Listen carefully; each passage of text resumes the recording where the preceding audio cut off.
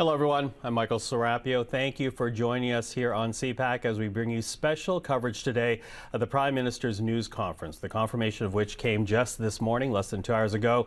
As we take a look right now at Rideau Cottage, of course, very familiar to Canadians across the country, as this is the space where the Prime Minister gave his daily news conference during the height of the COVID pandemic. But it will be the site of the news conference today, expected to begin in just a few minutes' time. Now, I say a couple of hours ago we got the confirmation that this would be happening, but of course we have been hearing speculation for days now as Justin Trudeau is expected in just a matter of minutes to announce his resignation as Liberal leader.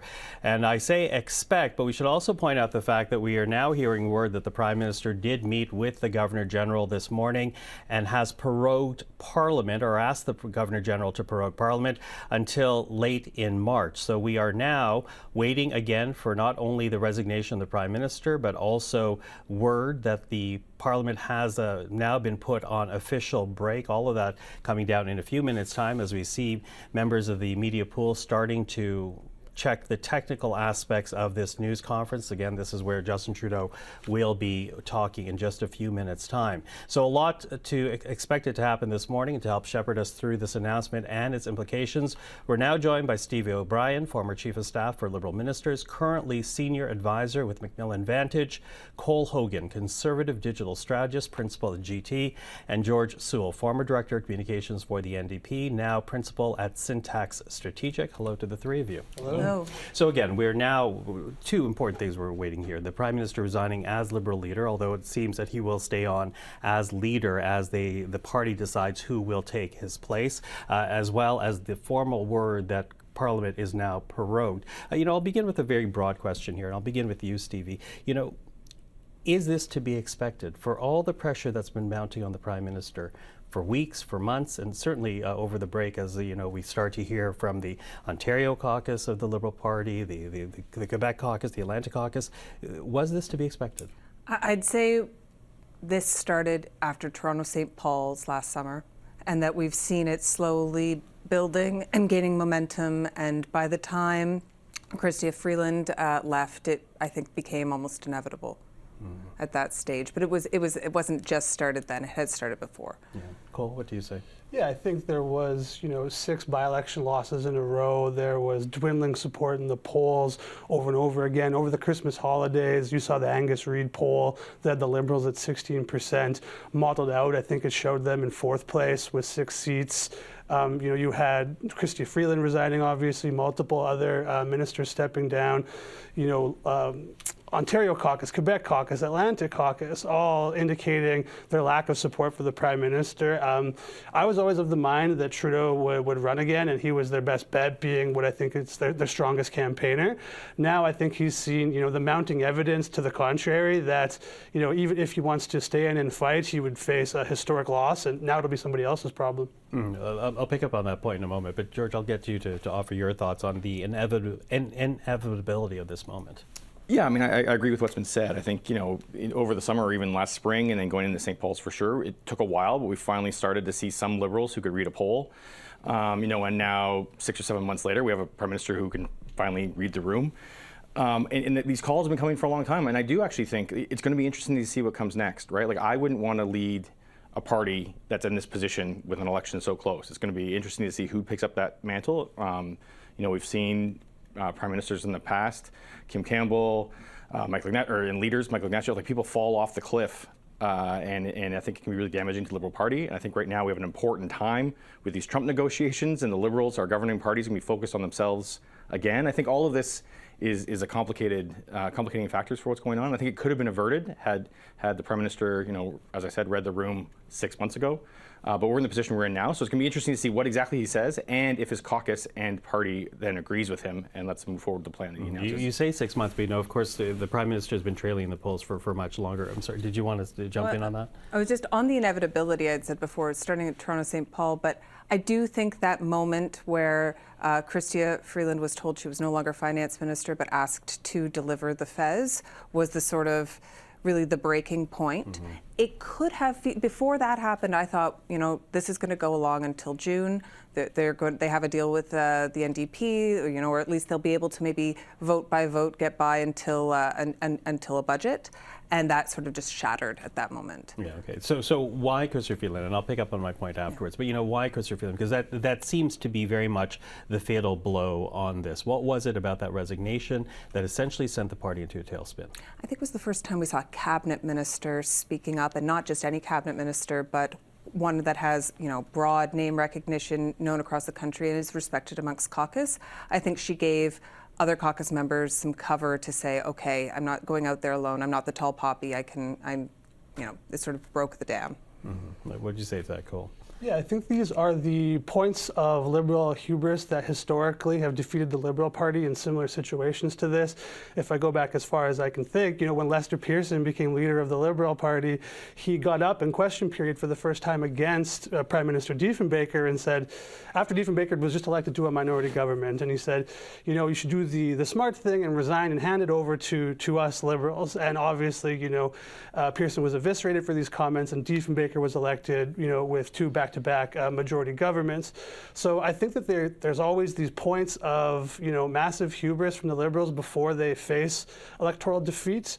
And I think that Chrystia Freeland's resignation was a signal to a lot of people in cabinets and MPs broadly, Liberal supporters who said, okay, it takes a lot of political arrogance to think you have the sway to ask a finance minister to bite the $20 billion bullet and then you're going to be replaced the next day. Obviously, it didn't happen exactly like that, but I think that was the straw that broke the camel's back in terms of patience from Liberals, ministers, members, MPs. They were like, all right, this has gone on too far, and obviously that got through to the Prime Minister at some point. Mm-hmm. Well, I have to say, when Chrystia Freeland resigned, the morning of the fall economic statement, in a conversation I was having with a couple of our journalists here on air, I said, I think the problem here is when you have someone as loyal as Chrystia Freeland was in the position that she held, it meant that no Liberal was safe, measured up against the Prime Minister's desire to stay on and fight. Why do you think Chrystia Freeland's resignation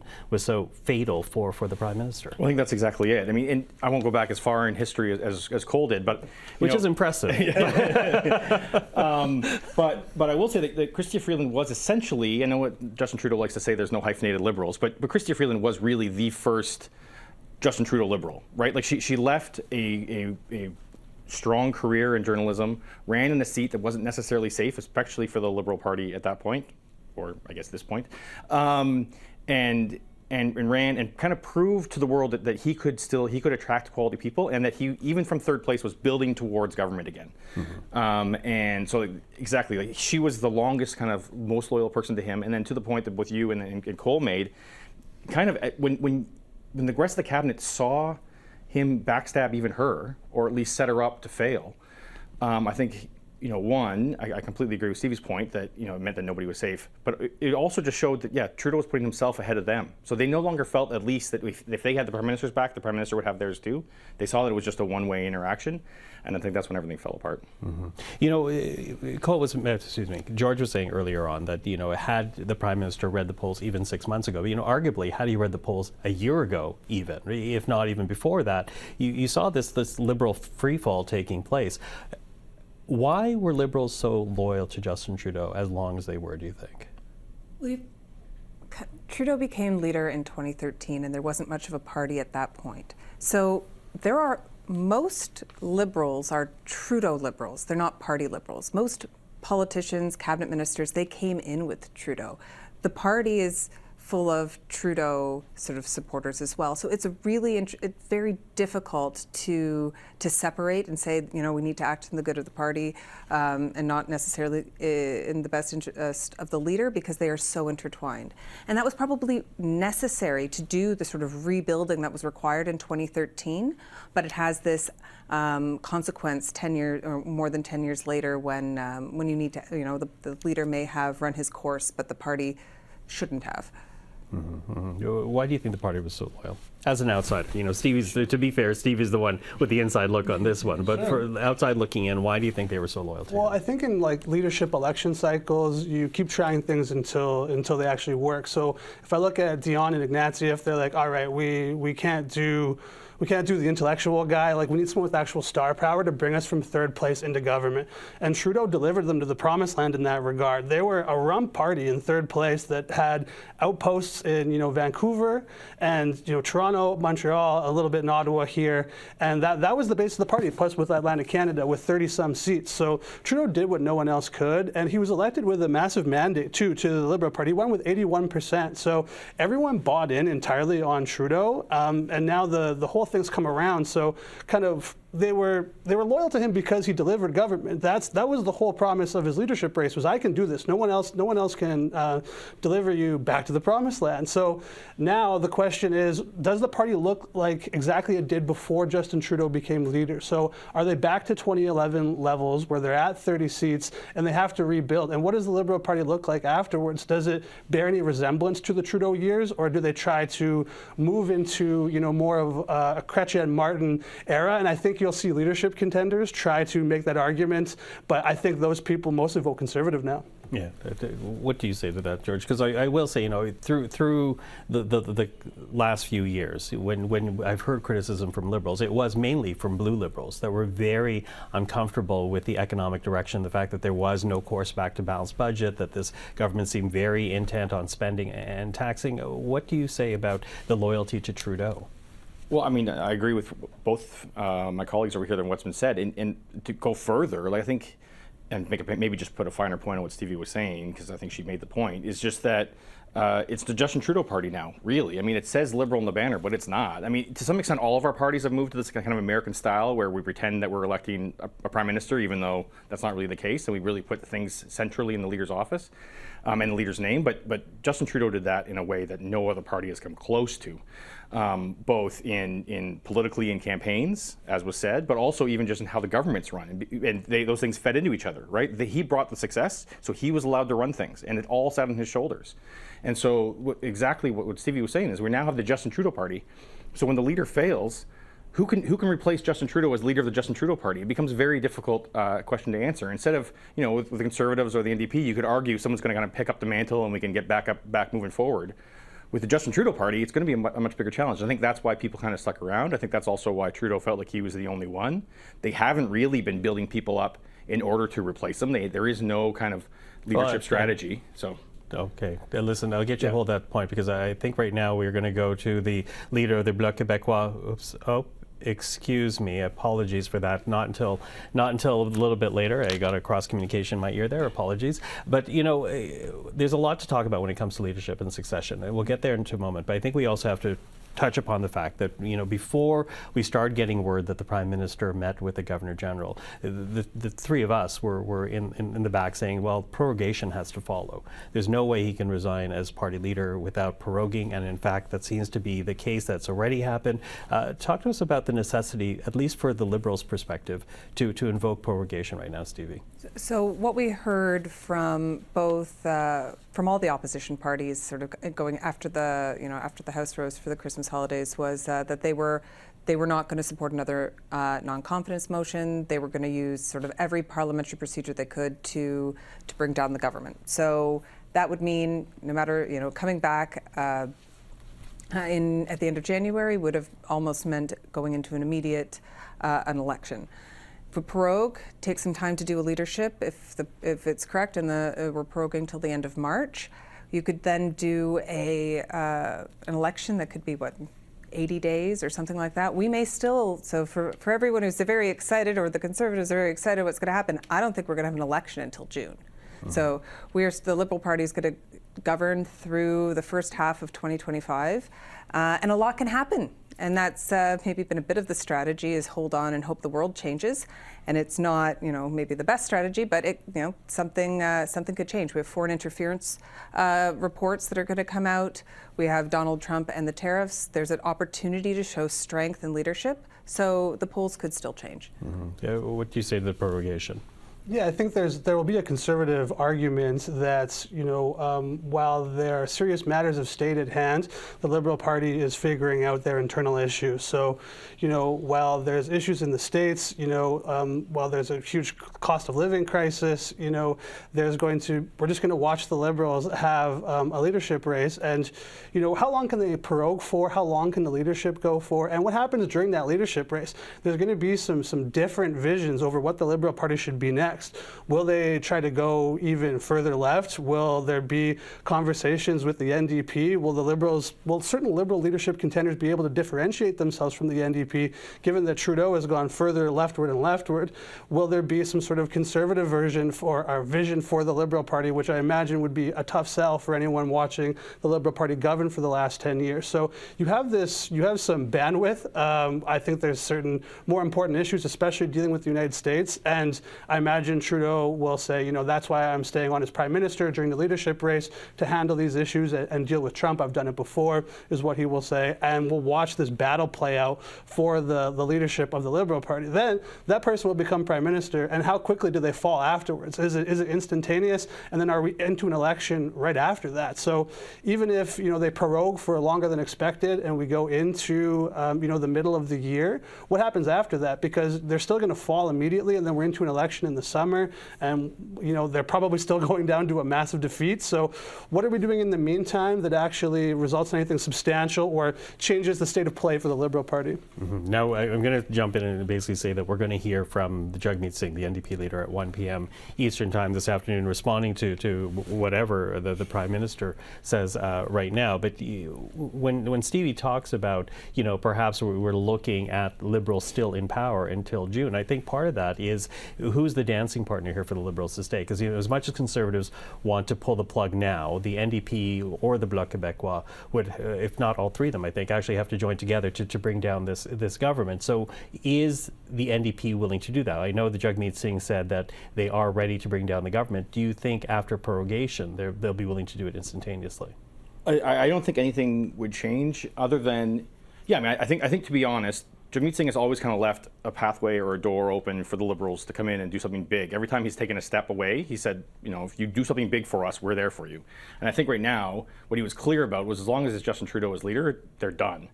And he's also gone further and said we're going to vote against confidence regardless. I do think if a new leader came in and was like, we're going to do the next phase of pharmacare or something, he's not going to stand back and say we're not going to support that.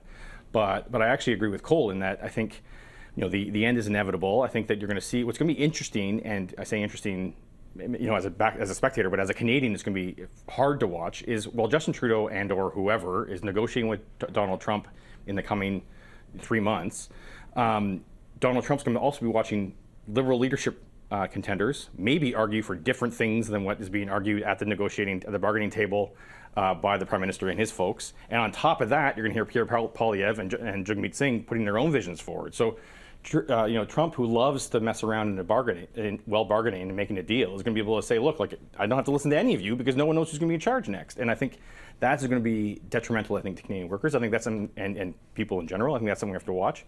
And I think that it's one of the challenges. But I do think that, I think we're going to election pretty quickly upon return. But again, the government actually has, at least for some time, the ability to kind of juggle those dates around, and so can push that back a little bit, but it won't be long. Mm-hmm. It's not the first time one of you mentioned Donald Trump, so let's pick up on that point, because we're actually 2 weeks away from his inauguration as a U.S. president. How important is it right now that the Prime Minister try to convey a sense of stability? How possible is that in this moment in time, considering how unstable the future of the Liberal Party actually is right now? Well, as we were talking, I was thinking about, if you're running for leader, do you have to step out of cabinet? And if you do, who's going to be left in cabinet to deal with Donald Trump? Because I think the people we would most trust with that task within the Liberal caucus are Dominic LeBlanc, Chrystia Freeland, maybe Anita Anand. And so if they're stepping away from those roles to pursue something else, I don't know who's going to be having those conversations. Maybe it will still be with Prime Minister Trudeau. Mm-hmm. Yeah, Cole? I think if you have, okay, so say that there are cabinet ministers who want to run for the Liberal leadership, and they're like, all right, in order to do so, I need to step down from the negotiating table with Trump and my seat at the cabinet table. What's to stop Donald Trump from seeing issues about how Liberal leadership contenders would deal with Donald Trump? What's to stop him from just mentioning that while the negotiations are going on, while the Liberal leadership is happening? It's like, well, leadership candidate X says Y, but the other candidate says A, B, and C. That could be used against you in negotiation, and Trump's certainly not above doing that. So I wonder if that doesn't warp, Trudeau, I'm guessing, will stay on, in part in argument because he wants to stay and deal with Donald Trump while the Liberal leadership race happens. But I think that that introduces more volatility than it solves for. Mm-hmm. George, what'd you say to that? Well, yeah, and I don't think Pierre Poilievre's above it either, to be honest, right? So, he's going to be wanting to play against those divisions. And to Stevie's point, cabinet ministers don't technically have to leave cabinet, but if they stayed in, then again, those three people who are potentially running against each other, and if not in this race, will definitely be running in the next one against each other, are sitting around the table, supposed to be having one message, but all wanting to have a sort of different message that they tell Liberal partisans. Which goes to another level of we don't even know who is a Liberal Party member because there's not really members. So this whole thing gets quite complicated while we're trying to juggle a very important point. Okay, well, to that, let's go to Rideau Cottage now. You see there the Prime Minister Justin Trudeau again expected to tender his resignation as Liberal Party leader and announced that we are now in the midst of prorogation. Let's take a listen. Bon matin. Every morning I've woken up as Prime Minister. I've been inspired by the resilience, the generosity, and the determination of Canadians. It is the driving force of every single day I have the privilege of serving in this office. That is why, since 2015, I've fought for this country, for you, to strengthen and grow the middle class. Why we rallied to support each other through the pandemic, to advance reconciliation, to defend free trade on this continent, to stand strong with Ukraine and our democracy, and to fight climate change and get our economy ready for the future. We are at a critical moment in the world. Mes chers Canadiens, à chaque matin, je me suis Every morning, réveillé en tant que I've woken up as Prime Minister, inspiré and I've been inspired by the resiliency and the generosity and the determination si bien. that characterizes Canadians. C'est ce qui me motive à This is chaque what jour has driven me on a daily basis, and it's been a privilege to be Prime Minister.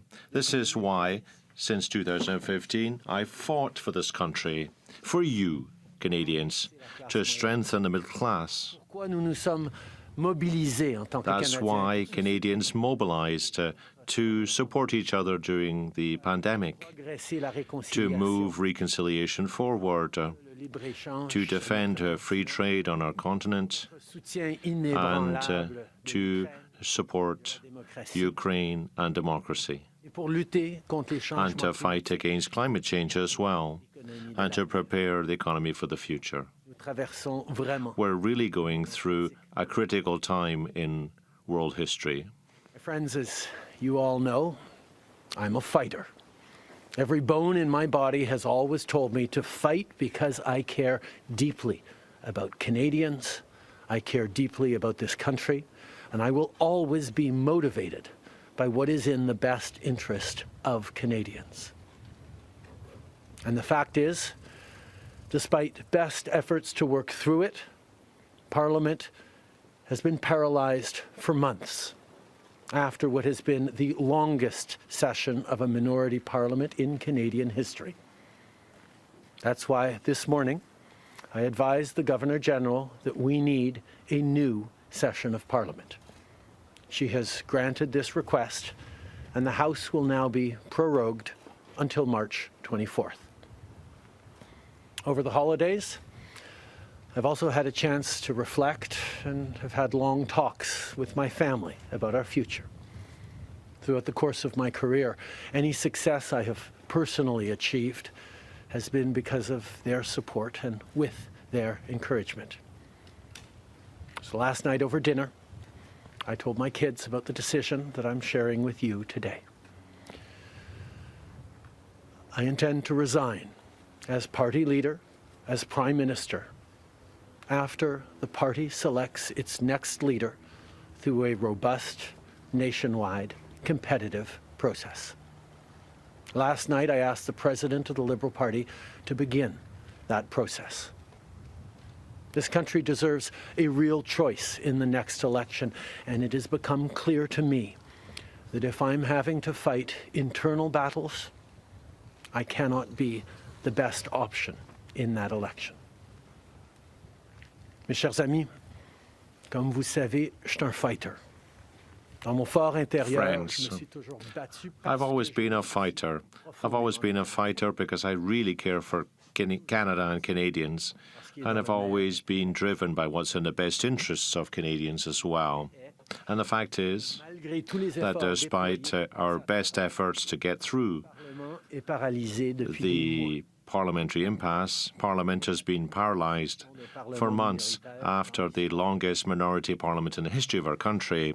This is why this morning I met with the Governor-General to tell her that we need a new parliamentary session, and she granted that request, and the House will therefore be prorogued until the 24th of March.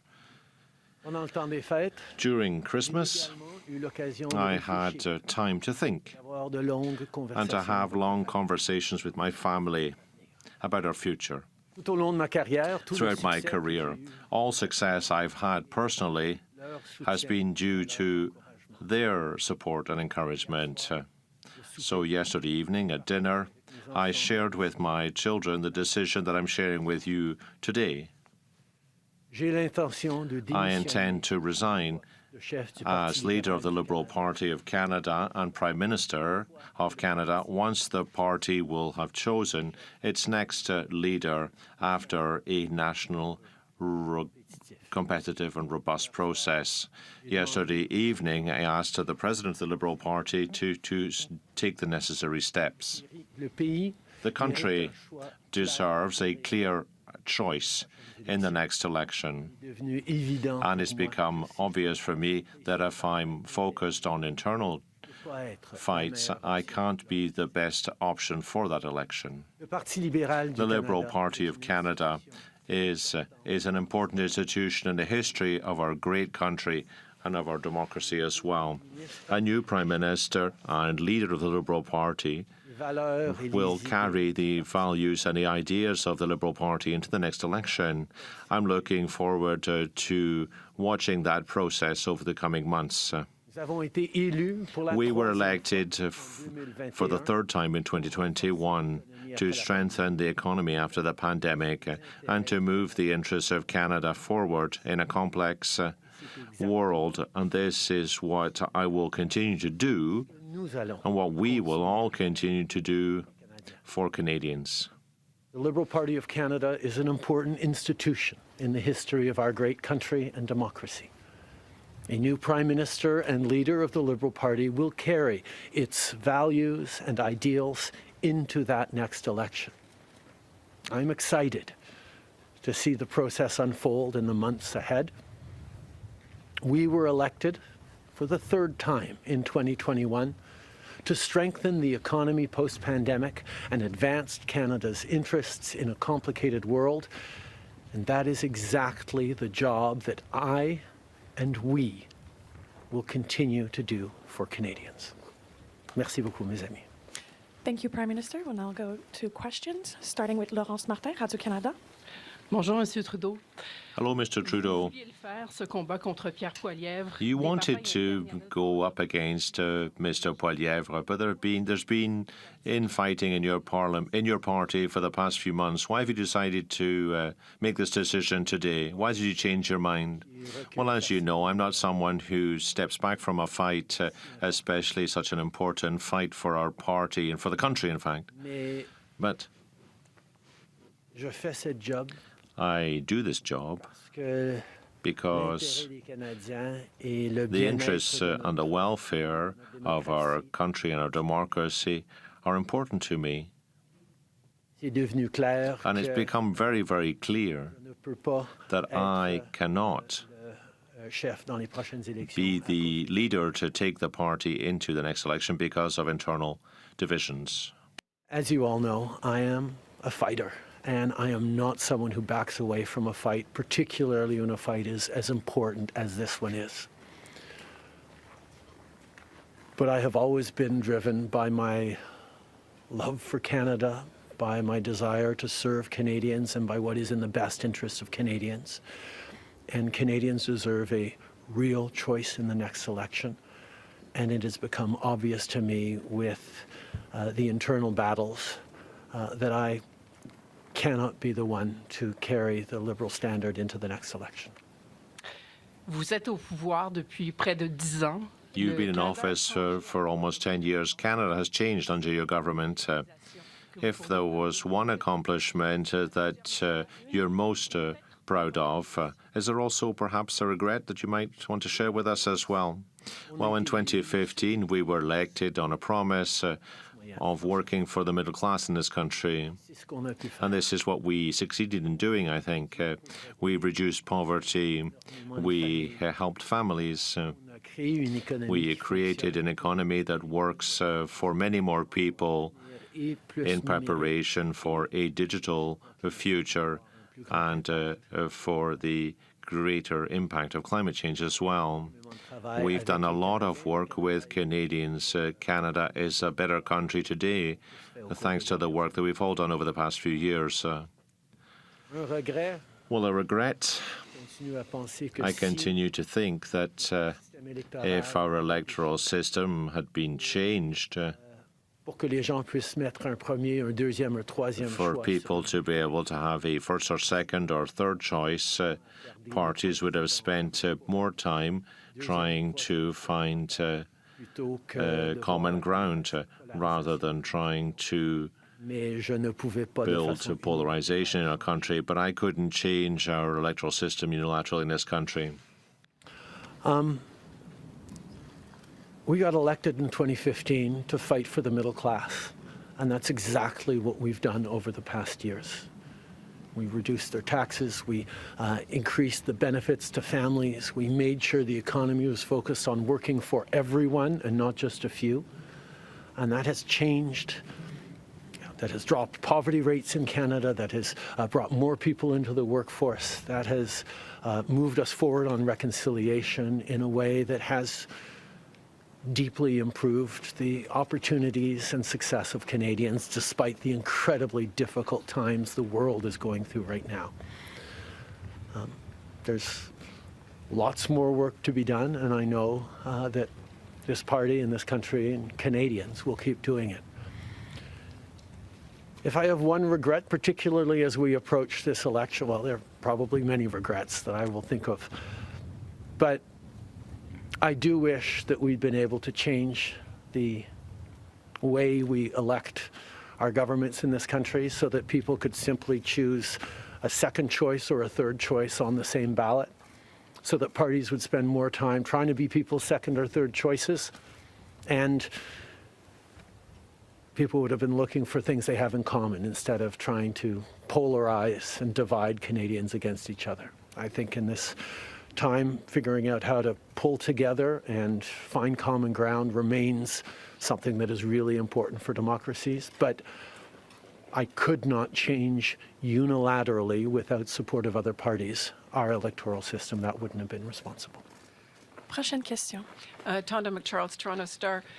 Prime Minister, up until 3 weeks ago, you were intending to stay, and it seems that the event 3 weeks ago of Ms. Freeland coming out and saying you were firing her as your finance minister was the catalyst that brought us here today. So can you explain your side of what happened there? Chrystia has been by my side for close to 10 years now. She has been an incredible political partner through just about everything we have done as a government and as a party over the past decade. I had really hoped that she would agree to continue as my Deputy Prime Minister and take on one of the most important files that not just this government but this country is facing, but she chose otherwise. In regards to what actually happened, I am not someone who's in the habit of sharing private conversations.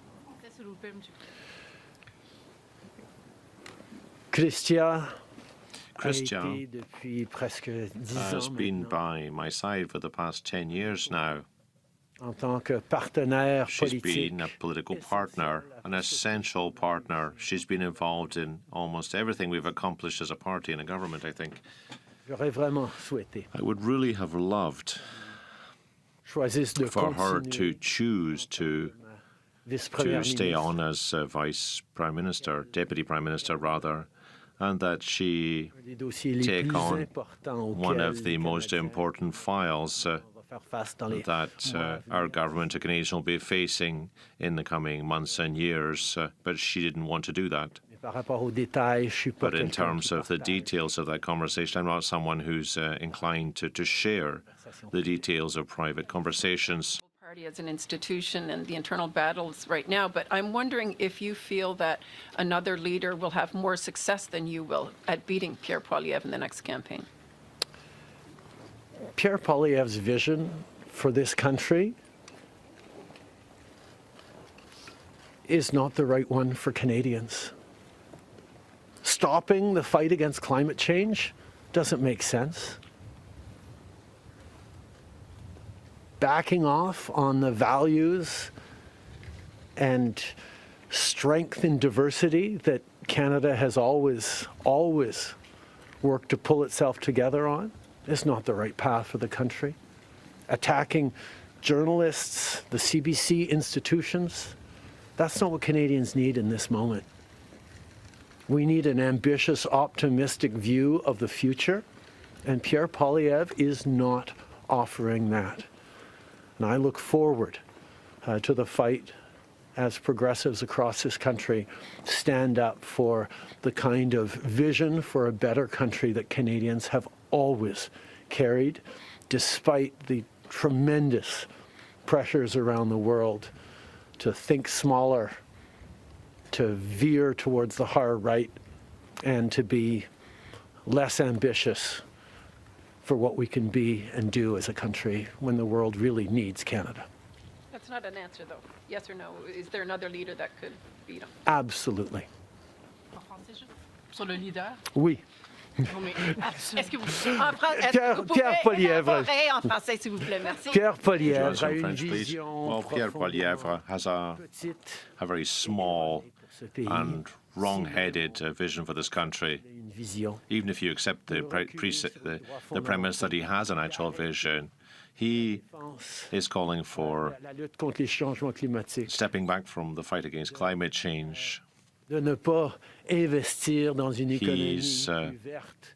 saying that we shouldn't be investing in a more inclusive and greener economy, and that we should build a division between Canadians rather than coming together to face a future in an optimistic, ambitious way. That's not the right choice for Canadians at all. J'ai hâte de faire And I'm looking partie- forward to faire partie d'un mouvement continuing to be part of a progressive movement that looks to a better future for Canadians, optimisme et le based on travail. optimism and the work that Canadians have always done to build a better world. Hélène Buzetti, les groupes d'information. Hélène Buzetti. Hello, Mr. Trudeau. 16 years ago in December 2008, Stephen Harper prorogued Parliament to avoid a confidence vote that he knew he would lose because the three opposition parties intend to vote against him. This is the situation you find yourself in today. At the time, Stéphane Dion, the Liberal leader at the time, said this was a hindrance to democracy. I'd like to know why, if this was bad under the Harper government, is good for you. Well, the Governor General in 2008 had correctly concluded that the House of Commons d'accorder leur had confiance just de façon formelle put their confidence in au gouvernement de M. Harper. Mr. Harper's government. Malgré même une lettre signée, Despite a letter signed by the three opposition leaders, this was a political letter, but the voice of the House was paramount. Before Christmas, we won 3 non-confidence votes. Et nous allons devoir retester la confiance We're de going la to have to retest the confidence of the House in March les éléments budgétaires nécessaires to pour faire fonctionner le gouvernement. get the budget through. In 2008, the Governor General correctly concluded that because the very last times in the previous weeks that the confidence of the House had been tested, it had passed that confidence test, Stephen Harper continued to have the confidence of the House. And it actually would bear out because as soon as they came back from the prorogation, Stephen Harper won a confidence vote once again. So a political document or political speeches doesn't carry the kind of weight that winning a confidence vote means. But this prorogation will take us only into March, and there will be confidence votes in March in the passing of supply that will allow Parliament to weigh in on confidence in a way that is entirely in keeping with all the principles of democracy and the workings of our strong institutions. Mais avec respect, M. Trudeau, y a-t-il pas quelque chose un peu But antidémocratique? with respect, don't you think this is undemocratic because you're not allowing Parliament to express its lack of confidence in your government while your party's looking for a new leader? Shouldn't you just call an election? Don't you think that'd be the better approach? I think you've clearly seen, as everyone has in the parliamentary press gallery, just how the Parliament has stopped working over the past few months. We're constantly facing questions of privilege. There are constant filibustering. And we've been able to do very little, in fact, over the past few months in Parliament. Parliament needs a reset, I think. It needs se calmer un peu les pompons needs to calm down a bit pour se remettre au travail pour and les needs to get Canadiens. down to work for Canadians. Politique We constante. shouldn't be constantly involved in petty politics, and that's what we're seeing from the Conservatives. So this reset requires 2 things. First of all, prorogation, Pour que justement so on recommence avec that we can une fraîche approche. start with from a new approach in Parliament. And secondly, Oui, le Parti libéral va the entamer Liberal Party leadership. will undertake a leadership race. Je m'attends à ce que si c'est And, pas moi qui va mener le parti dans les If I'm prochaines not the one to élections, lead the party into the next election, qu'on voit actuellement au Parlement devrait aussi se calmer. polarization in Parliament that we currently see should die down a bit. Canadians need a well-functioning Parliament, especially in this very complex world of ours. And these 2 things Le reset that I've just mentioned will allow us to reset Parliament. Pas une élection. And why not an election then? You didn't tell us that. the parliamentary press gallery and anyone who's been watching politics closely over the past months will know that Parliament has been entirely seized by obstruction and filibustering and a total lack of productivity over the past few months. We are right now the longest serving minority government in history, and it's time for a reset. It's time for the temperature to come down, for the people to have a fresh start in Parliament, to be able to navigate through these complex times, both domestically and internationally.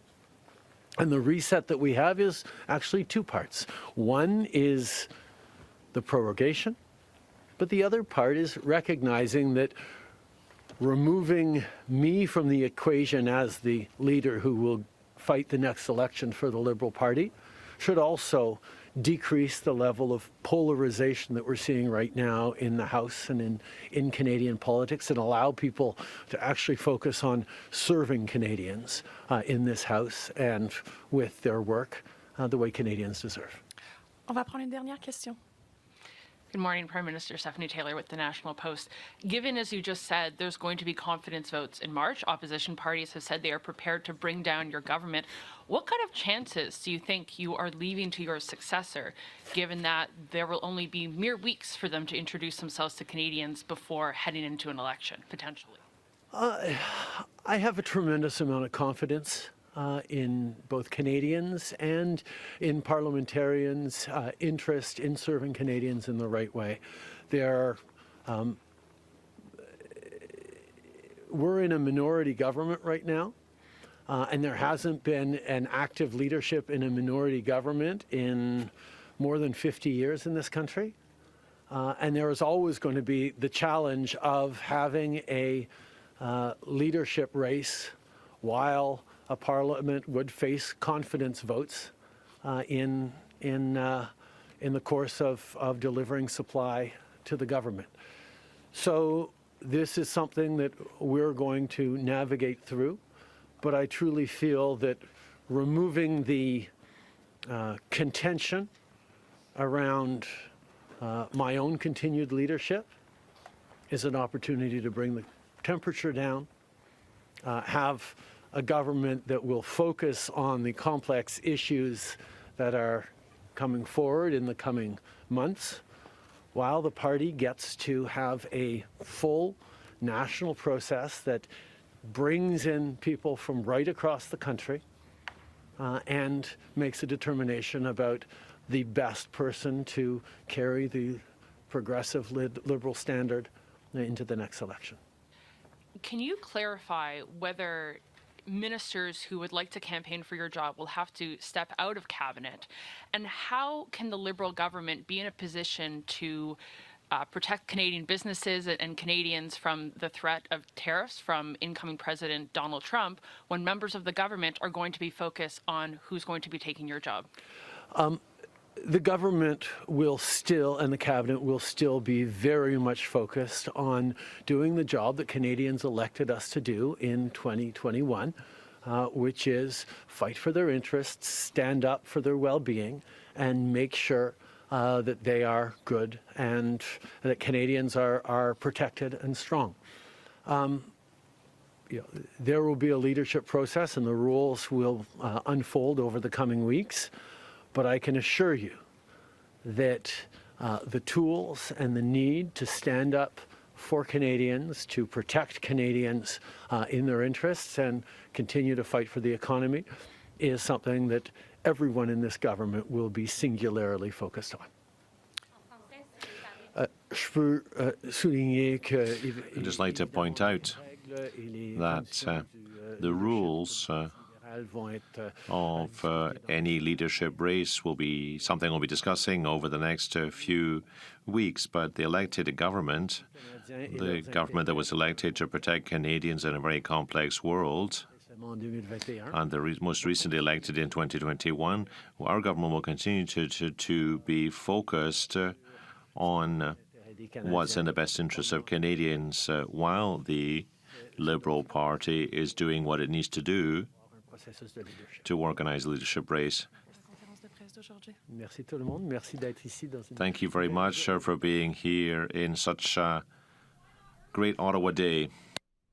And there you have it, Justin Trudeau holding his news conference in front of Rideau Cottage this morning, announcing his intention to resign as both party leader and Prime Minister once the Liberals choose a new leader to lead the party. And he also says that he looks forward to a robust process in choosing that new leader, and also confirming what we said earlier today, that he did in fact meet with the Governor General this morning and asked that she prorogue Parliament, which she has granted. Parliament is now under proroguement until March the 24th. So to talk about what we just heard, we're joined once again by our political strategist. I'll begin with a quick round here as to your impressions of what you just heard. What stood out for you, Stevie? I'm sad. I know we talked earlier about how it was inevitable. I think it was he had to do it. It was this time. But I worked for a long time in the Trudeau administration. I think he's a great man with great visions and was really fighting the best he could for Canada. And I'm sad that stage, that hope and optimism, those sunny ways, that era is over and we're going into a new era that is not as positive and not as hopeful and optimistic. So, cool. What stuck out for me was pointing towards the internal battles. We saw the Prime Minister say, I can't stay on given, the internal discord and what's happening here. So it was interesting to watch him say, like, not on me, guys. It looks like this was on you. So I think that's going to be a tough pill to swallow for some people. They're going to say, you should have seen the writing on the wall a long time ago. And apparently it took all of this for that to happen. So we'll see what he does next, who comes forward to replace him. Even watching the Prime Minister say there's some stuff that I wish would have happened, like electoral reform, so people could, make a different decision than the one they're going to make, sort of trying to write history live here. So it was interesting to watch the Prime Minister's reaction, the blame that he placed on internal battles more than taking personal responsibility. I think that's going to be a tough pill for some people to swallow. Mm-hmm. George? Yeah, I mean, look, like to Stevie's point, even on the day that Chrystia Freeland stepped down, I think it was hard to not see this in kind of a personal way and in a human way.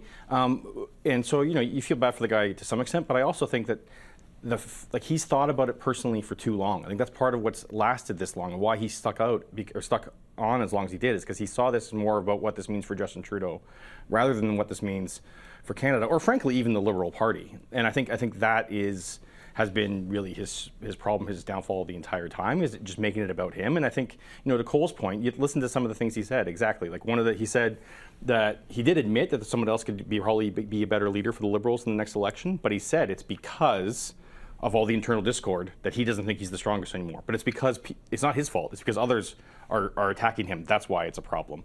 Even on electoral reform, he said that's one of his regrets. And he talked about ranked ballot, which isn't something he talked about in any election. Ranked ballot is where you say first, second, and third, and that always favors a centrist party. So while he kind of talked initially about major electoral reforms to give people better choice and better representation, at the last minute he tried to push this ranked ballot idea that even his own MPs wouldn't bring forward a committee. And then that's what he's talking about again today. So I think, again, it's just, you want to feel bad for the guy on a personal level, but he's doing so much thinking about himself on a personal level that I think it's hard to really have sympathy for somebody who is so tied up in his own interests. Mm-hmm. Well, let's pick up on that point, though, because as I said, his intention is to stay on as leader until a new leader is chosen by the party. How do you think caucus will respond to that? Because, by his own admission, he is fighting internal battles and external battles as the Liberal leader right now. It is interesting because he came in promising the end to internal battles within the Liberal Party, which had been sort of racked with those for the decades before. But I don't know. I think it's going to be interesting. I think he is going to still be Prime Minister until June. Many, many things are going to happen. I said this earlier, but I depending on when the election falls, could still be when we're hosting G7. I think that's in June, if that still goes forward, or foreign interference. So he's still going to be Prime Minister for a while. To the question about what MPs will think, I think it took them a whole lot of courage just to get to ask him to step down. I think they're going to be satisfied. Okay, and sorry, can I circle back on that? Because basically your argument is he can still be Prime Minister till June because... Because March 24th is the prorogation. We come back, let's say it's a week or something, so now we're, let's say, April for easy math. We could do an 80-day election. April, May, and then an election in June. So you don't think the party will try to choose a new leader before the prorogation comes to an end? Oh, okay, so... No, sorry, you're right. Because if the Liberals will still be in power until June, but yes, he'll be done. He'll be done by prorogation. Yeah. No. Okay, that's political math off. Okay, sounds good. Cole, what do you think? His intention to stay on as Liberal leader, and how difficult a task will that be for him, and how that sets up the party for whatever leader takes over. Yeah, I think that you're still going to suffer from, an ongoing lack of popularity. Today isn't going to result in a bounce in the polls for the Liberal Party. With Justin Trudeau still there, even if he resigned today as Liberal leader, you're still tanking in the polls. So I think that whatever Liberal leadership candidate comes forward, they were there the last 9 to 10 years with Justin Trudeau, and they're going to wear the full weight of what people believe to be his policy sins over the last decade. So they're going to have a tough time differentiating themselves from Justin Trudeau, and rightfully so, because they were there the whole time supporting his policy agenda. Okay. George? Yeah, I mean, I think that, I think the initial thought from a lot of these caucus members might be, there's no way he can stick around. We've got to get rid of him. We'll have an interim leader. I do think that, with a couple of days, they'll cool their jets a little, and if that doesn't work, then they'll just get scared in caucus. I think, as Stevie was sort of indicating, and just let him get away with whatever he wants. I think it's a challenge. I think you can argue either way. I'm not sure there's a really good answer for an interim leader anyway. So. Maybe it lasts, but I agree. I think the damage is done, and I think that it's going to be difficult for the Liberal Party to figure out how to move from here. I definitely Justin Trudeau saved the Liberal Party. I was there and felt it painfully. So there's no doubt. I was in the campaign office that he was leapfrogging over to form government. But I think there's a good chance he's going to leave the party worse than he found it, actually. So. Listen, so I do want to bring in a board here, because we're talking about potential successors to Justin Trudeau. And Cole, you're talking about they were all there, but someone who wasn't there at the table was Christy Clark. We don't know if she's actually going to throw in her hat this time around, but she did turn to social media. She congratulated and thanked the Prime Minister for the sacrifices he's made. But take a look at what else she had to say in terms of her assessment of this day. She says, "This is the biggest opportunity in over a decade that we've had to grow our party and welcome new Liberals, including Canadians concerned about the future of our country." And she goes on to say, "Let's seize it." And of course, that's Christy Clark, former leader of the BC Liberals, former Premier of British Columbia.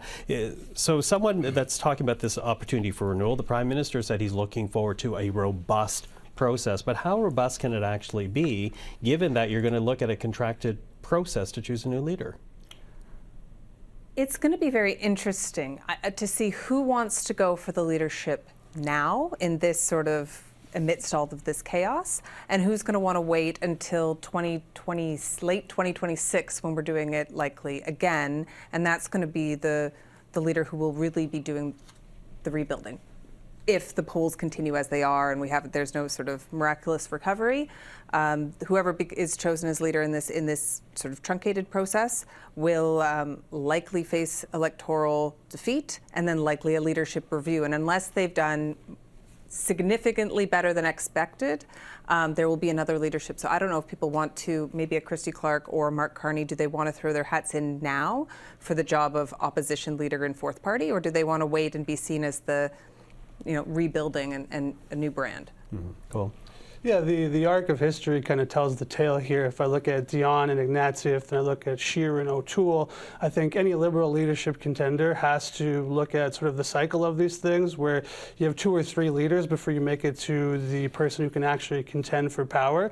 And I think that the current crop of people that you have isn't going to be able to differentiate themselves from Trudeau whatsoever, especially not anybody in cabinet.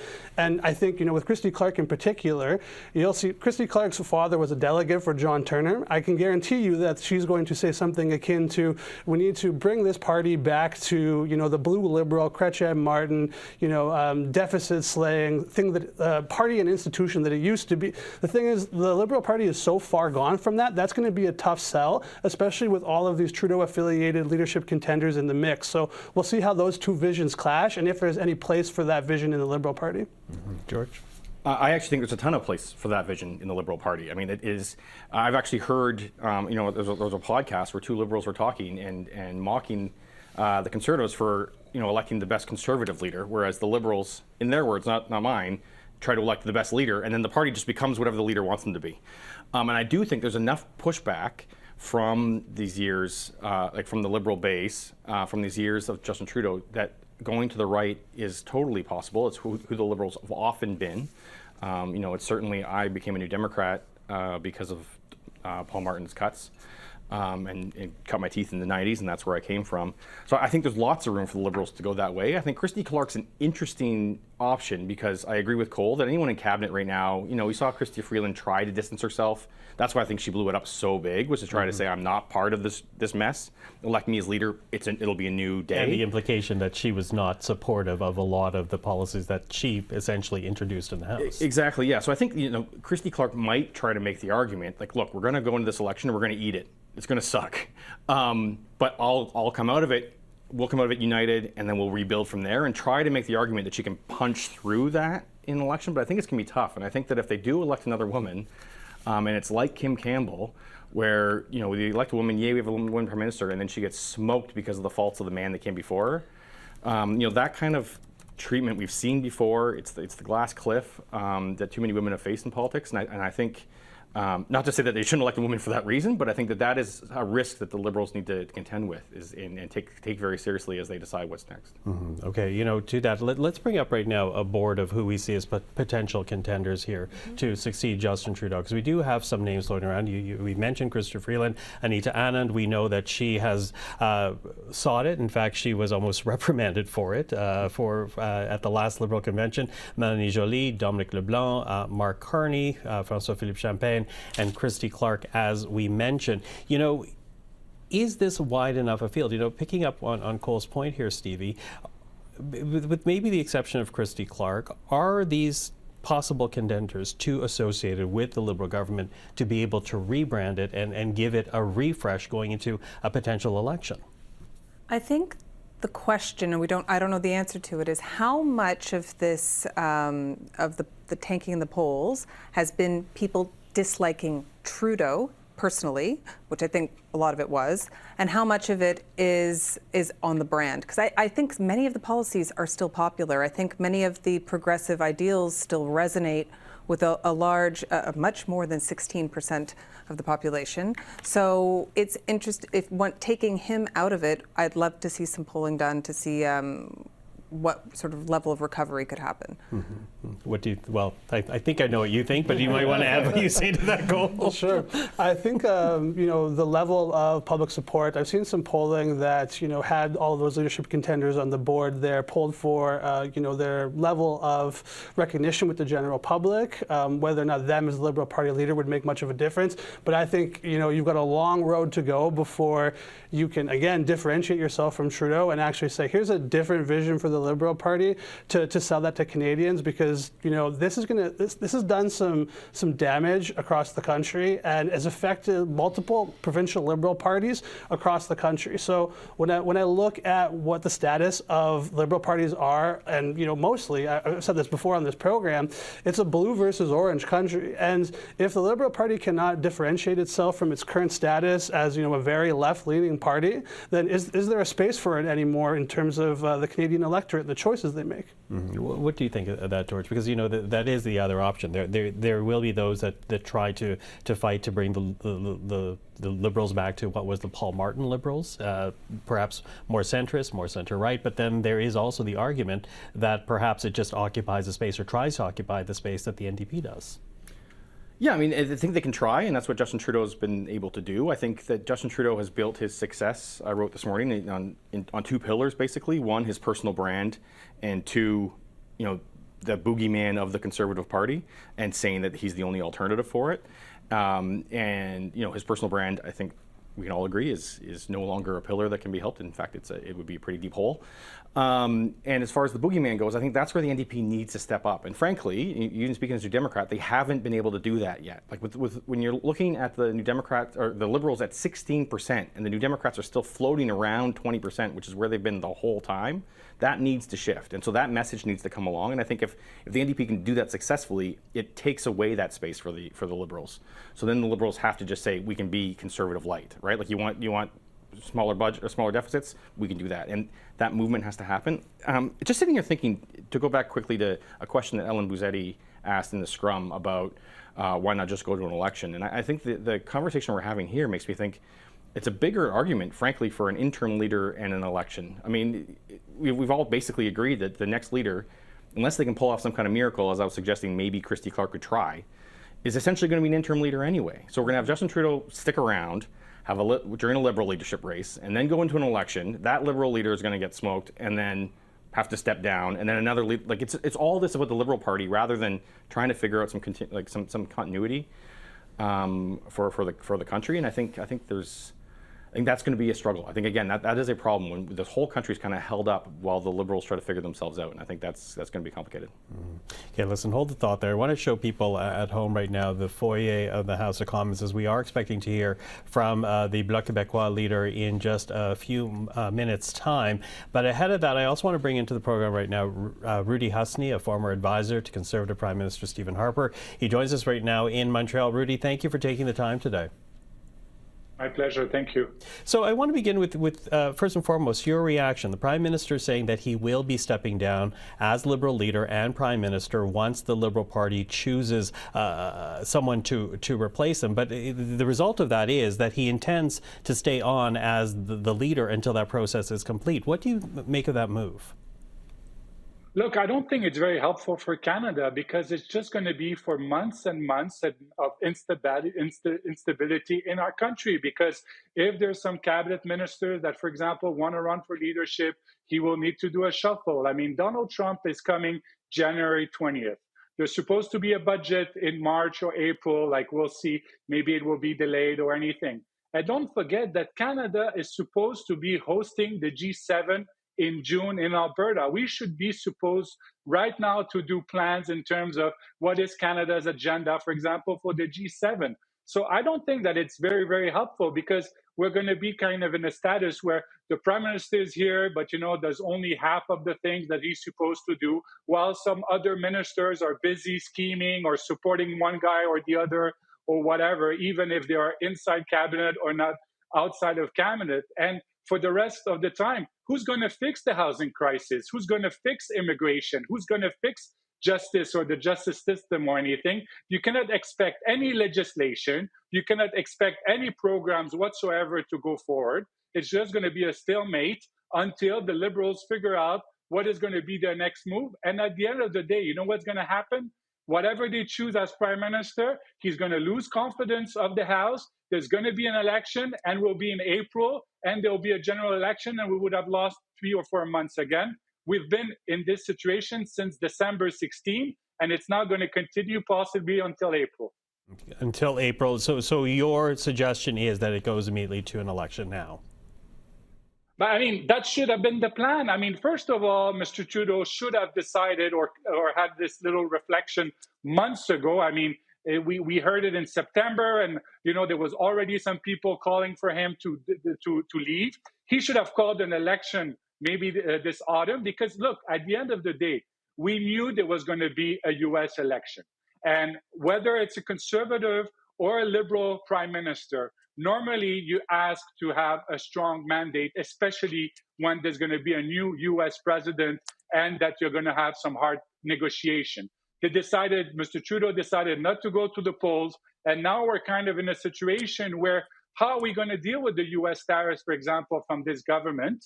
And I believe that, yes, I believe that Mr. Trudeau should have gone to the polls, or that we should still, this situation is far from ideal because, again, for months, we don't know what's going to happen. Who's going to speak on behalf of Canada in terms of, yes, a prime minister that is going to be gone in a couple of weeks? What's going to be the agenda? And at the end of the day, I still believe that, the Liberal Party doesn't have the confidence of the vote, of the House. We'll see whatever the Bloc Québécois or the NDP decide. But sooner or later, we're going to have an election. So why not having it now? Yeah, well, of course, the argument around this is the fact that the Prime Minister, as we heard it, doesn't believe that Pierre Poilievre is the right man to lead this country. He obviously admitted the fact that he's not the one to carry the Liberal banner this time around. But is there anyone that might replace him that could perhaps worry Conservatives, do you think, Rudy? When you look at Michael Ignatieff, I said Mark Carney, but I meant Michael Ignatieff. Mark Carney is not tested as a politician. We'll see what happens if he decides to run, but I believe that it's going to be the same as Michael Ignatieff because he's never been a cabinet minister. He hasn't been tested. When it comes to Chrystia Freeland, I believe that in a way, Justin Trudeau just gave her the kiss of death because he said in his statement during his press conference that everything he did it with her. So whatever Justin Trudeau did and what people are angry at, for example, what the Liberals did for the last 9 years, it is also part of Chrystia Freeland's legacy in terms of when she was a cabinet minister. So it will be very difficult for her to say, hey, we'll start with a new shop or new policy or a new branding. Otherwise, if they want to come and have maybe another cabinet minister, we'll see the name Anita Anand, Mélanie Joly. I mean, you showed the names, or Christy Clark. I mean, look, I believe we're in a scenario of Kim Campbell that, whoever is chosen is going to face, a very, very tough election and the future of the Liberal Party in terms of how they're going to be able to survive and how many seats they're going to have at the end. Rudy, thank you for that. That's Rudy Husney in Montreal. Let's now go to Parliament Hill. You see there the leader of the Bloc Québécois. Let's take a listen. It's just a start. I think that Prime Minister Trudeau has taken the right decision by choosing to stand down and to actually get the ball rolling so that there is some predictability at least. I do wish him all the best after the 24th of March, but his successor will have to call an election as soon as they are elected leader of the Liberal Party. But because no matter what happens, the current Liberal Party is Justin Trudeau's Liberal Party, and any person who might be thinking about running for the leadership are all part of Justin Trudeau's entourage. So it's the same Liberal Party with the same baggage as this current Liberal Party. It'll be up to history to write the legacy of Justin Trudeau, but Canadians will be able to vote on the government's record, and I'm afraid that this might be a very, very harsh reaction. It's been an extremely centralizing government which continually encroaches on the jurisdiction of Quebec and the provinces, and that ignores requests from Quebec and other provinces as well. This is a government which has not dealt with climate change. It's a government which has taken steps against Quebec's desire to have a secular state. It's a government which has only paid lip service to protecting the French language. It's a multicultural government which has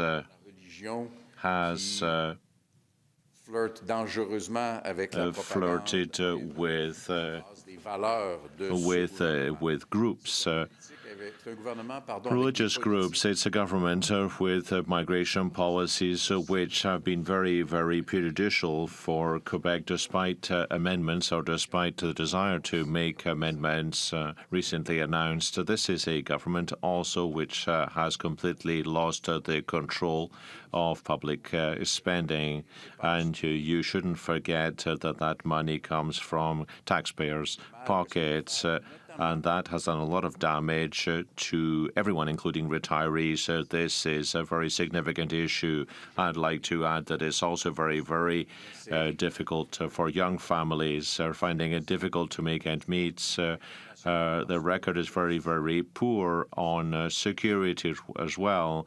They have refused to meet the requests of our allies and partners. So when geopolitics is of great concern to us in this world in which we live, they've also failed to deal with foreign interference in Canadian democracy, and they have tried to actually sweep it under the rug. So the record really is one that Quebecers will vote against and will judge very harshly. The only way to deal with that is if the Liberal Party calls a general election as quickly as possible. And of course, they have to elect their leader, but that should be done quickly. I understand that after the 21st of March, we will find ourselves in an election very, very quickly. Well, these are the comments I'd like to make in the wake of the Prime Minister's decision, and we'll have to see what happens. Mr. Blanchet, would you prefer the House to reconvene and that there be a non-confidence vote? Do you think that Mr. Trudeau has bought himself some time with his decision? Well, there are many people that have been asking for Mr. Justin Trudeau to step down for a long time. Now he's decided to do that, so we can't criticize him for having taken that decision. What should not happen, however, is to create undue delay or to try to delay the calling of an election. There has to be a general election in the middle of the spring 2025. Is there any scenario where you might support the next Liberal leader to keep this government in office for a bit longer? The Liberal Party is voting in a new leader with a view to calling an election. This government has been artificially supported by an agreement with the NDP for a very long time. There's no reason to justify keeping this government in office any longer than needed, any longer than they needed to actually elect a new leader. Do you think that this delay is legitimate? Do you think prorogation is legitimate? Well, either there's a leadership or we keep Mr.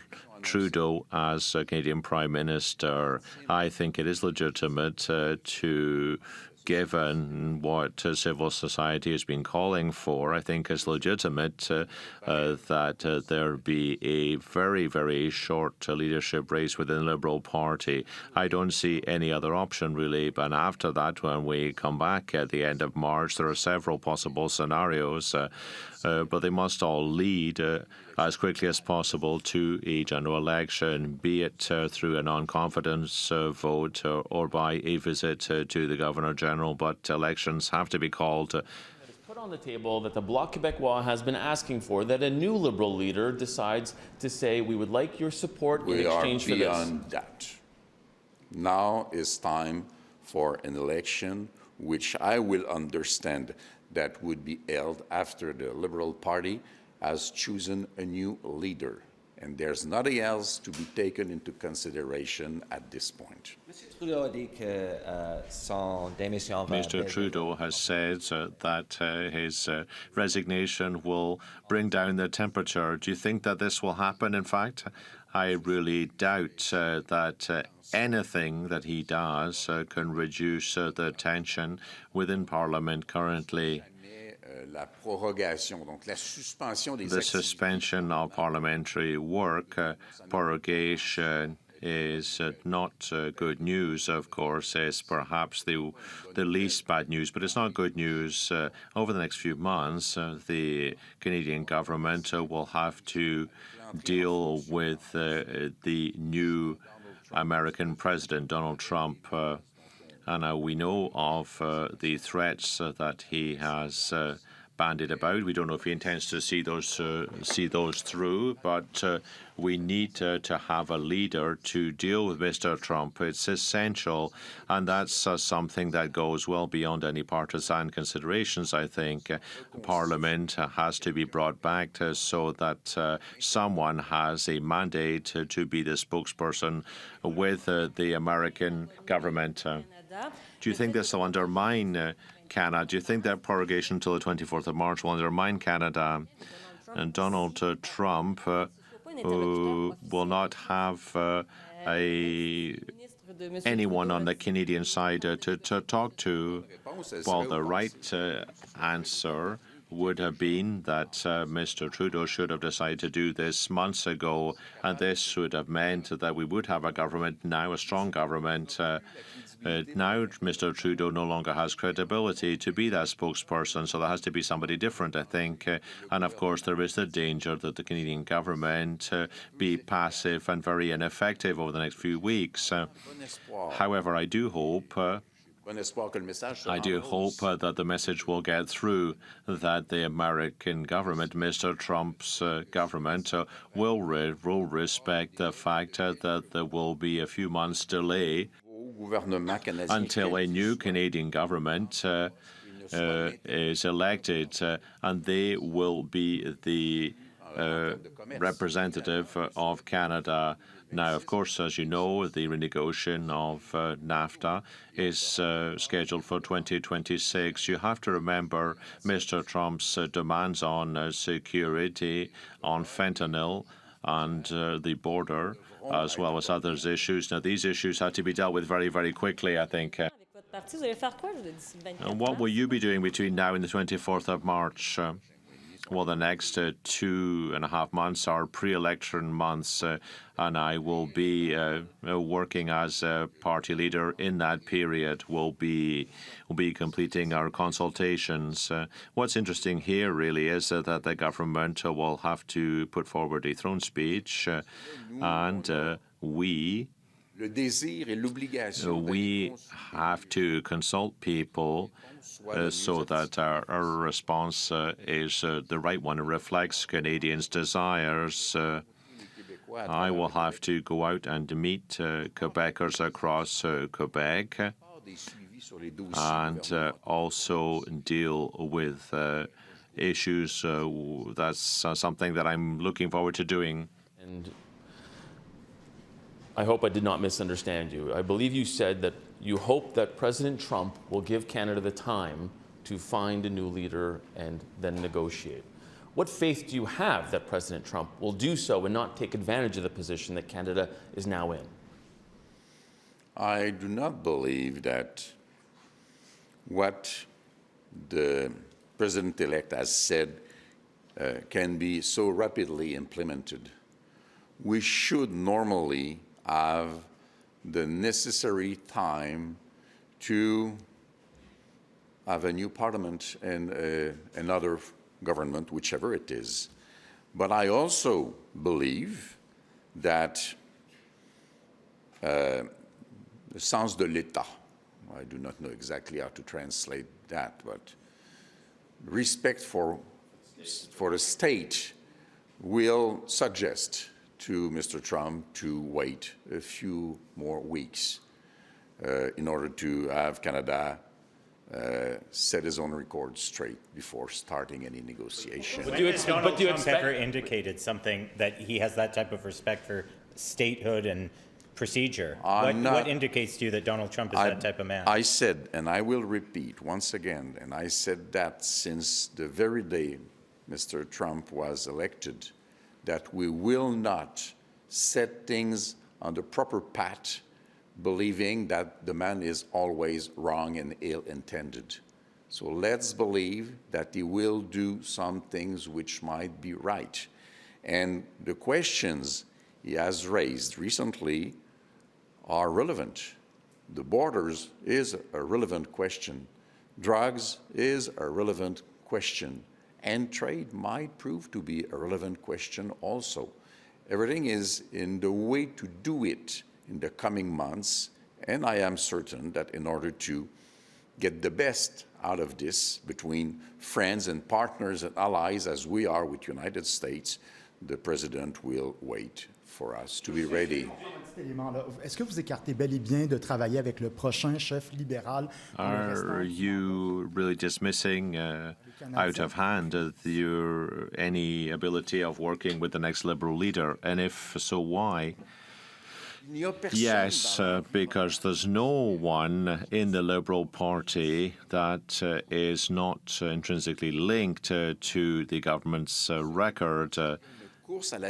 Just because you have a Liberal leadership race, that doesn't mean that the catastrophic record of this government, especially for Quebec, language secularism, multiculturalism, interference, security. It's the same party, the same caucus, basically, even if they have decided to call for Mr. Trudeau to step down, even if they've supported him unconditionally over the past few years. Has the same ideology, the same values. So for me, I have no intention of supporting a new leader. Once they've made their choice, we can comment on that.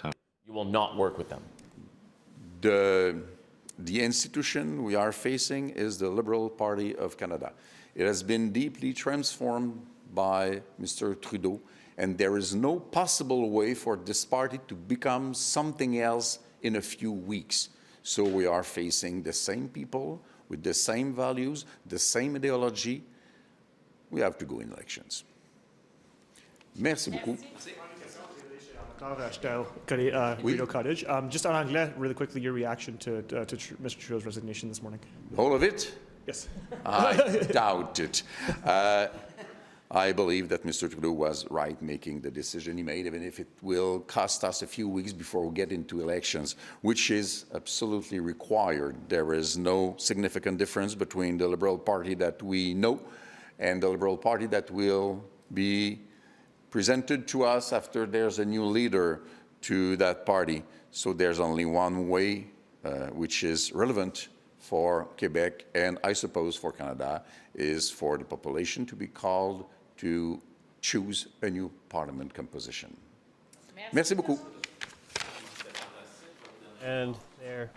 And there you have it, the leader of the Bloc Québécois, Yves-François Blanchet, saying that it is time for Canadians to go to the polls, making the argument that whatever person, whoever replaces Justin Trudeau's leader of the Liberal Party, it will still be the Justin Trudeau Party, that it is old ideas, and that from the Bloc Québécois side, there is nothing that the new leader can do to get them on side. It is time for a vote. So again, that was the BQ leader speaking in the foyer of the House of Commons. Let's take a listen now to Pierre Poilievre, leader of the Conservative Party, as he issued a video in response to the announcement made earlier today from Justin Trudeau that he will be stepping down as both party leader and Prime Minister. Here is Pierre Poilievre. Good day. Canadians desperate to turn the page on this dark chapter in our history might be relieved today that Justin Trudeau is finally leaving. But what has really changed? Every Liberal MP in power today and every potential Liberal leadership contender fighting for the top job helped Justin Trudeau break the country over the last 9 years. All Liberal politicians actively worked to pass into law the job-killing inflationary carbon tax, a tax that Carbon Tax Carney endorsed in his book. All supported a law quadrupling the tax over the next 5 years. All voted for or actively supported Trudeau's out-of-control spending, debt, and immigration. All passed Trudeau's housing policies that doubled the cost of homes. All Liberal politicians helped pass catch-and-release bail and house arrest for the most rampant reoffenders, policies that increased violent crime 50%, gun crime 116%, and hate crime by 250%. So given that Liberal MPs and leadership contenders unanimously supported everything Trudeau has done, why dump him now, right before an election? Have they had a change of heart? Is it because they feel guilty that they doubled housing costs, hiked taxes, unleashed crime, broke immigration, forced a quarter of the population into poverty? No. They continued supporting Trudeau when he did all of those things. No, their only objection is that he is no longer popular enough to win an election and keep them in power. They want to protect their pensions and paycheck by sweeping their hated leader under the rug months before an election to trick you and then do it all over again. Now, while leaderless Liberals focus on saving their jobs and fighting each other for power, the country spirals out of control, an out-of-control housing emergency, an out-of-control migrant crisis, an out-of-control $62 billion deficit, not to mention tariff threats from the United States. Oh, and another NDP Liberal carbon tax hike kicks in this April 1st. Everything's out of control, and now the government is out of control. This cannot go on. We need a carbon tax election now to choose between The NDP Liberal costly coalition that taxes your food, punishes your work, doubles your housing costs, and unleashes crime and drugs in your community.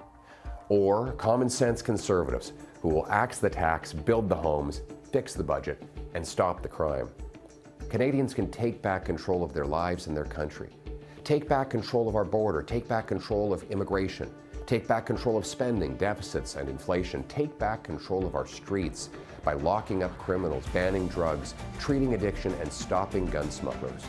We'll cap spending, axe taxes, reward work, build homes, uphold family, stop crime, secure borders, rearm our forces, restore our freedom, and put Canada first. All with one mission: to bring home Canada's promise that every hardworking Canadian gets a powerful paycheck and pension that buys affordable food and homes on safe streets where all are united for the country we know and love. Canada first, Canada last, Canada always. Let's bring it home.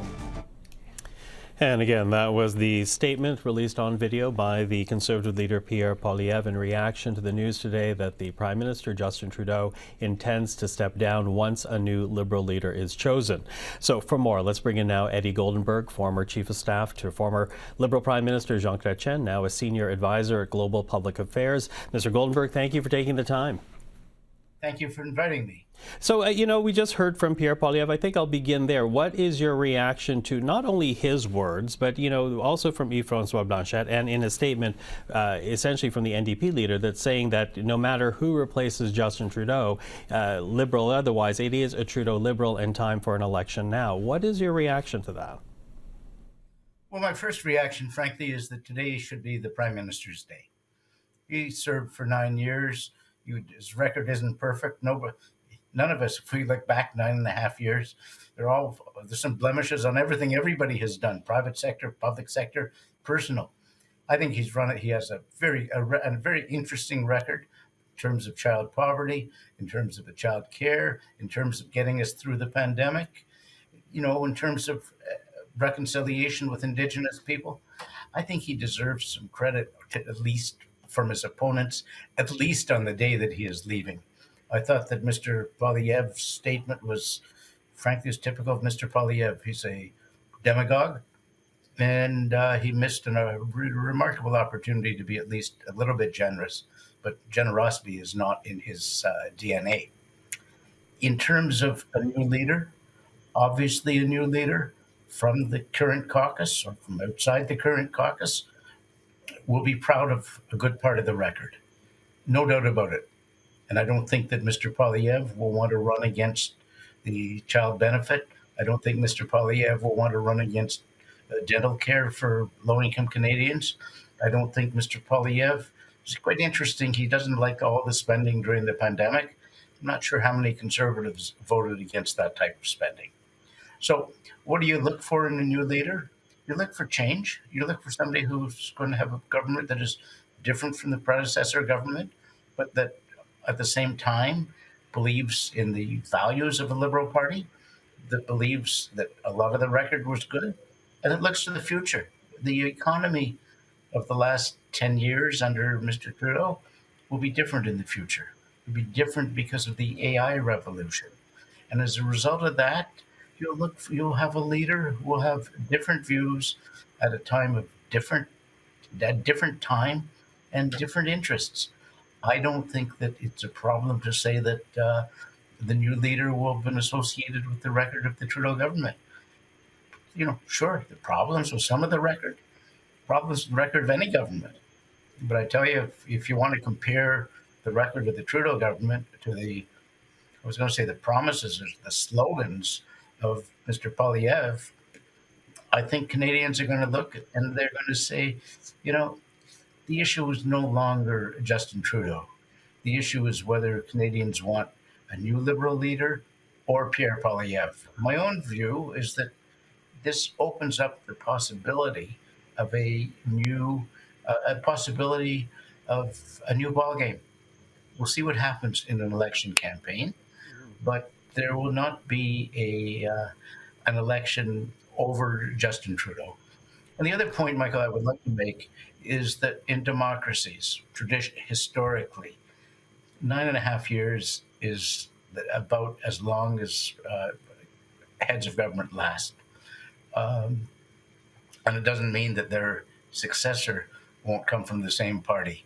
Margaret Thatcher, pushed out by her caucus in Great Britain after close to 11 years, her successor won the next election. Mr. Chrétien left, and I was there. He left because he didn't want to stay more than 10 years. But after 10 years, Paul Martin succeeded him. Mr. Martin won the next election. So I don't think it's impossible that the Liberal Party with the new leader won't win another election.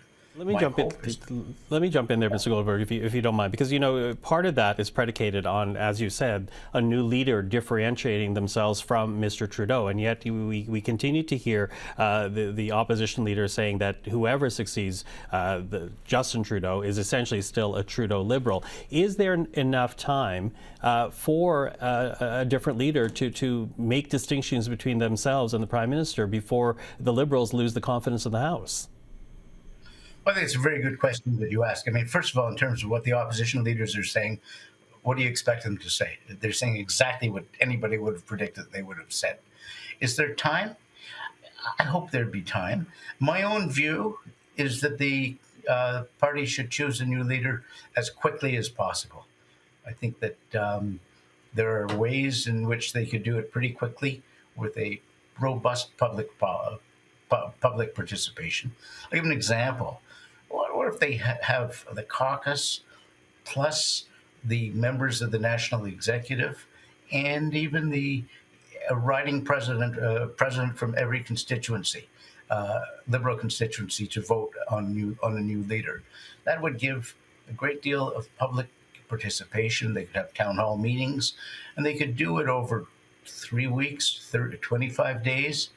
And there would then be a new prime minister in place who would have a bit of a runway to show how he or she would react or would act with respect to the issues that Canadians are going to be facing in the future, not with respect to issues Canadians faced in the past. And it would mean, how do you deal with Donald Trump? How do you deal with the new economy? How do you actually deal with some of the international issues? How do you deal with some of the problems that Canada faces? But I tell you, when I heard Mr. Poilievre saying that Canada is broken, I don't think there's a better country in the world in which anybody would want to live.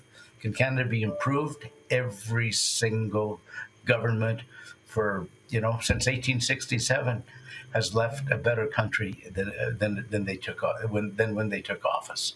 And that's the case. The Trudeau government wasn't perfect, but it leaves a pretty good record to build on. And I think a new leader may want to build on a new record. I remember there was a French president who followed the same party as his predecessor, and his slogan was change and continuity. And I think that's what Liberals would give, Liberal Party would give, would be change and continuity. So yes, it's possible. The faster they do it, I think the better. Robust enough, and I'm thinking actually of Kamala Harris, because she, of course, stepped in for Joe Biden in the summer without being primaried, and the very fact that that process was not democratic enough did not essentially lay her to public criticism and figure out a way to respond to that criticism. That's been pointed to as essentially a weakness for her. Is the process, protracted as it is, enough time to truly vet the next leader, to know that they can carry the Liberal banner effectively? Well, the one thing I'd say a couple of things. In terms of Kamala Harris, the 3 states she needed to win, she lost by less than 2%. So, she didn't do quite that badly, but she lost and Trump won. My own view, looking at it from the outside, although a very good friend of mine in the United States who was very active in American politics said that her biggest problem is she didn't differentiate herself at all from President Biden. I think in Canada, there has to be some differentiation. I've said in an article I wrote last week or the week before, that Chrystia Freeland has differentiated herself in terms of economic policy from the Prime Minister by her letter of 2 or 3 weeks ago. So I think, if there's a new leader who has demonstrated the ability to, at one and the same time, demonstrate that they will be different than Mr. Trudeau, and at the same time that they're proud of Liberal values and proud of the record and that they're looking to the future, I think they have a very good chance of winning. And I think that that would be the difference between them and Kamala Harris, who, remember, when she went on television, said she couldn't think of one thing she would have done differently. I think, Chrystia Freeland, just as an example, set out 2 weeks ago a couple of things that she would have done differently. So I don't think that it's the same thing. I wonder, though, because I've heard that from Liberals, this idea that once you change a leader, there's a chance to give the party a reset. But you look at the recent numbers, Angus Reid having the Liberals down to 16% just a couple of weeks ago. A year's worth of polling which shows that the Liberals are in double-digit deficit up against the Conservatives. Is there really a hope for Liberals to take another election, or is that just Liberal wishful thinking? Well, on election night, but I think that the question would be, do Canadians really want Pierre Poilievre, or is it that they didn't want Justin Trudeau?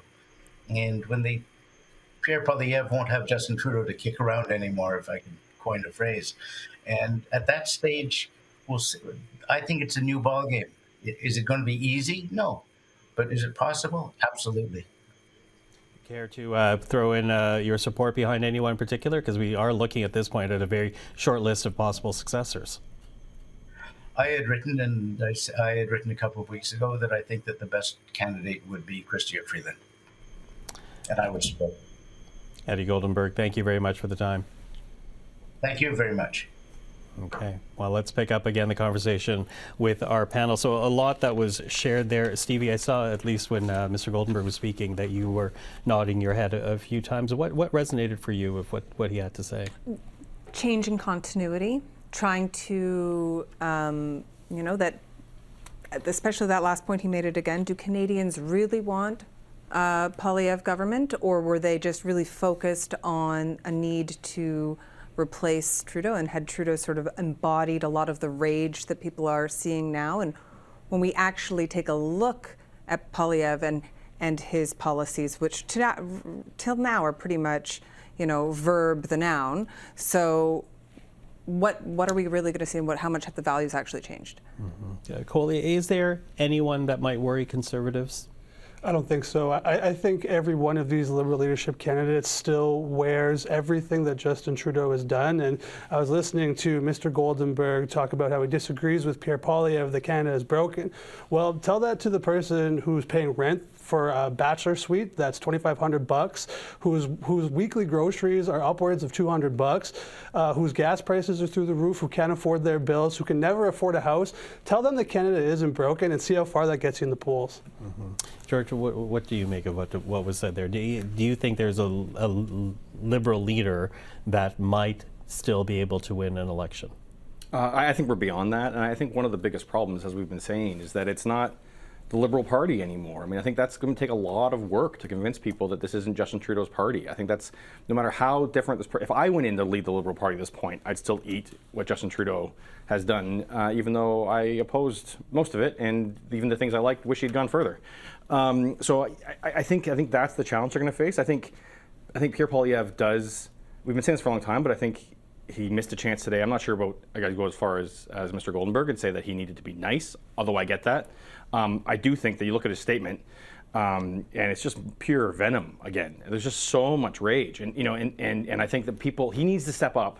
Because, I think we need to face the facts. He's very likely the next prime minister of the country. He needs to start looking like the prime minister to earn that. Otherwise, you're campaigning to be the leader of the opposition, and he will win that. He can win that back again. And I think that's where he needs to shift a bit.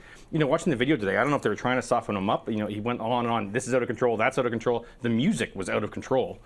And I think that, again, and we also saw all the slogans. He added a bunch to it. So I don't know if he's now trying to kind of grab all the pieces. But I think the biggest thing that has to change for Mr. Poilievre is his tone, and I think he needs to start looking like someone who's ready to lead this country rather than someone who just wants to tear it apart. Mm-hmm. Okay. It's got to be statesmanship over showmanship, and that video did not show me a gracious, statesman-like diplomatic leader who's going to be, taking Canada's best interest into U.S. negotiations.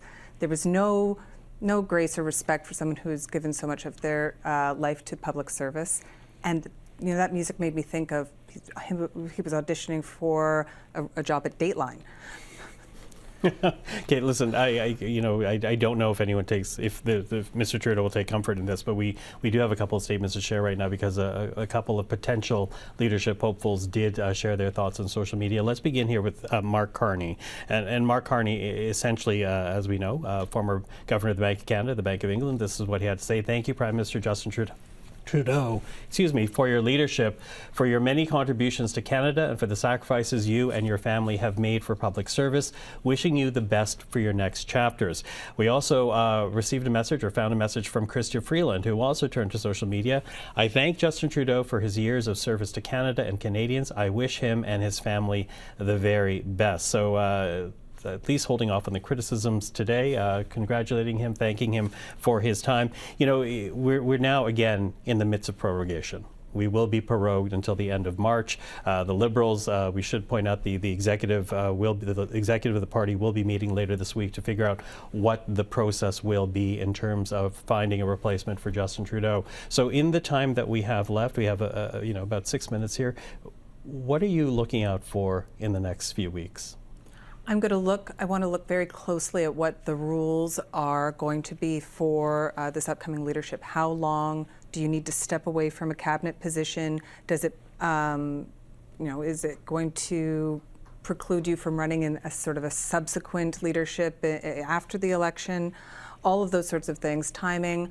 I'm wondering how they're going to manage online voting in a leadership. I think that there's, and it's not 2013. Foreign interference is a much bigger concern. So managing that is going to be a huge challenge for I think, the Liberal Party. Mm-hmm. Cole? Yeah, I'm curious to see how they actually pull it off, and do they have a new leader before the House of Commons resumes at the end of March? Whoever it is, I think from the Conservative side of things isn't too concerned with any of the candidate fields. I think it's pedal to the floor for the Conservatives. I think Pierre gets out there and and campaigns this whole period.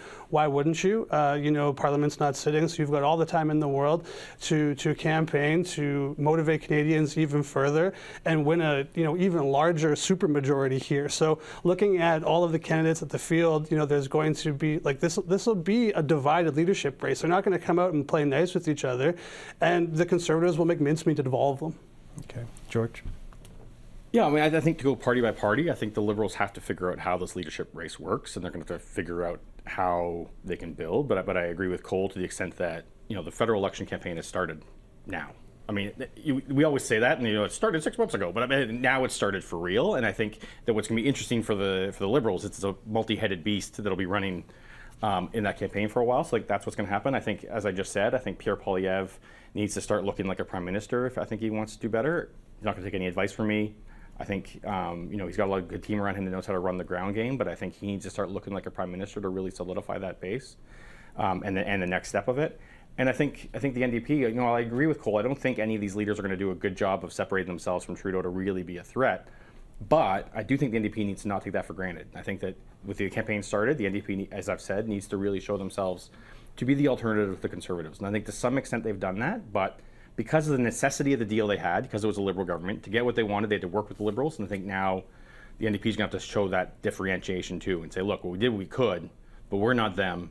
And we're not Pierre Poilievre, so vote for us. It's either Pierre Poilievre or it's the NDP, and that's going to be after the campaign that they're going to have to run. And I think that's what you're going to see over the next few months. Mm-hmm. Well, to that, we should point out to the people at home that Jagmeet Singh, leader of the federal NDP, will be holding a news conference in about 32 minutes' time. You can watch it live here on CPAC. We're going to have that for you. But right now, I do want to thank George, Stevie, and Cole for taking part in today. A momentous day. And for again, for those at home who might just be joining as we wrap this up, the Prime Minister, Justin Trudeau, convening a press conference conference today in front of Rideau Cottage, announcing his intention to step down as both Liberal leader and Prime Minister once his party chooses a new leader, and also sharing the fact that he met earlier today with the Governor General, asking Mary Simon to prorogue Parliament, which she has done. And so we're now under prorogation until March the 24th. Whether or not the Liberals will try to choose a leader before the end of that prorogation is something we're going to have to watch. Again, the Liberal executive will be meeting later this week.